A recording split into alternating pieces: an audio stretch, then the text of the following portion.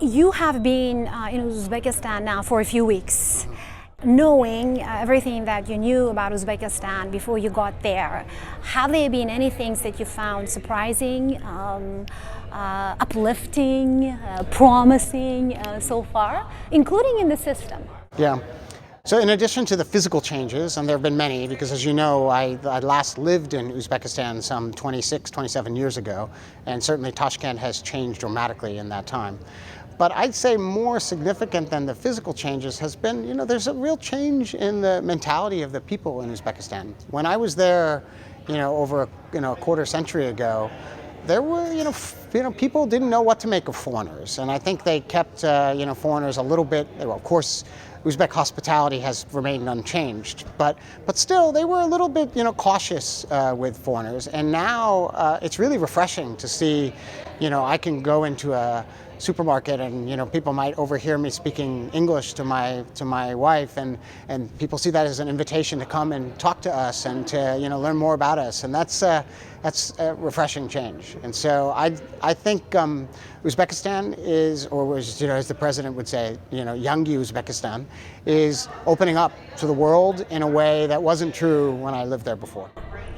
It's impossible to talk with the Uzbek officials, with Uzbek policymakers, including those around President Mirziyoyev, without them telling us, mentioning the Russian pressure, the Chinese pressure, and both of them, they say, have increased because of the war in Ukraine, because of the challenges of the times, and they definitely don't want to be choosing sides. And many experts here in Washington also recommend, they urge the U.S. government not to force these Central Asian countries, including Uzbekistan, to choose sides that, Tashkent maneuvers and makes decisions based on the moods in Beijing, and especially in Russia.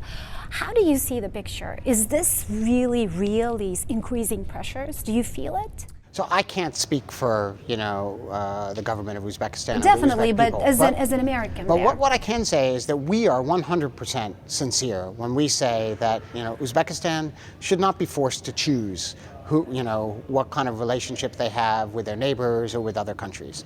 I frankly have long been an admirer of the governments in the region, in terms of their ability to say that, hey, no, we need to have a balanced or multi-vector foreign policy if we're truly going to remain independent. And so the United States policy is simply to support that, and we believe that we can be a strong partner for Uzbekistan, as we talked about, in the economic space and the security space, but we don't think that partnership should necessarily come at the expense of Uzbekistan having good and positive relations with its neighbors and with other countries as well.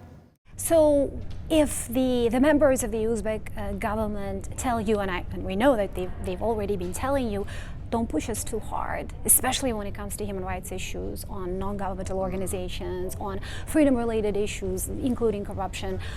We're doing our best. This is the best we can do right now. And we are the reform-minded people in the government. We're working very hard. Support us, cheer for us, help us in any way you can. What do you usually tell them? So the United States, as a matter of fact, always puts its values at the center of its foreign policy. And we will never kind of ignore our concerns on human rights, on democracy, on media freedom, on these principles. They will always be a part of our foreign policy. At the same time, we recognize that every country has its own democratic path to follow. And Uzbekistan is no different. And so while we'll raise these concerns, we understand that Uzbekistan has to move at its own pace. Many of the changes that we're seeing in Uzbekistan right now are really happening from the top down, and that makes it sometimes difficult to change things like attitude about, as we talked about corruption, about media freedom. And so I don't see I think that's a false choice. You don't have to choose between advancing democracy and human rights and having good relations in other spheres. I think we can, as we say in English, we can walk and chew gum at the same time. And I certainly think that we've seen that in Uzbekistan. We've seen tremendous progress in recent years in the areas of religious freedom, trafficking in persons and the elimination of forced labor.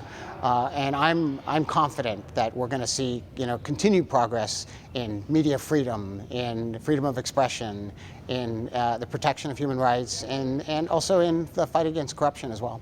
Do you observe generational change, especially change in the political mentality as we see these new appointees, specifically around President Mirziyoyev? His chief of staff is a different person now, and we know that you recently met with top 2 communications policy people in the government. How do you see their performance so far? Are they making a difference? I think they are making a difference. I think Uzbekistan has been independent now for over 30 years. Which means that we've seen a whole generation of Uzbeks who grew up with no memory of the Soviet Union or the Cold War. And we've seen many of these people increasingly and more with each day have experience, traveling around the world, have experience, studying abroad, have experience, working in the private sector. And so I think they're bringing these experiences and these ideas back to Uzbekistan, and many of them want to work with the president to build this new Uzbekistan, to fulfill this vision he has for the future. It's going to take a lot of work. It's not going to be just a few officials, in certain positions. I think we're going to need to see changes, not just for example, in the central government, but it's going to happen at the regional and the municipal level, and that's going to take time. And that's what you mean when you say political reforms? In these talks too, you reminded the Uzbek government that you want to see more speedy reforms. So we want to see Uzbekistan, continue to strengthen as a democracy, continue to, respect human rights. We don't have a particular vision for how Uzbekistan, should go about this. That's up to Uzbekistan and the Uzbek people to decide.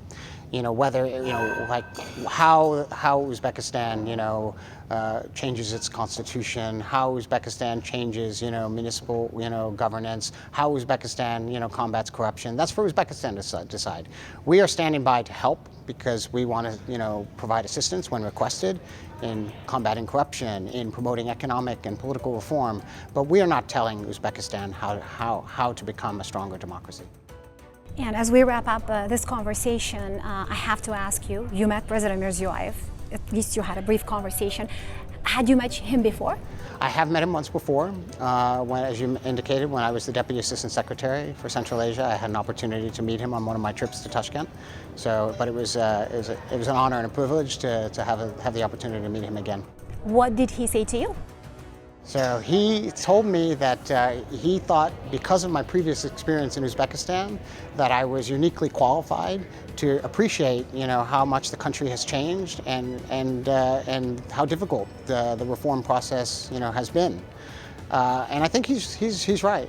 But we also talked about the importance, as I indicated, about deepening our political and our economic relationship. He asked for continued support for his reform agenda. We talked about Afghanistan, which I know is a serious concern for Uzbekistan, and it's a subject that we discussed here in Washington this week as well. So it was a short but very robust conversation which covered a number of topics. Well, good luck. Good luck with your assignment in Uzbekistan. Thank you. And I look forward to seeing you in Tashkent. Absolutely. Thank you so much.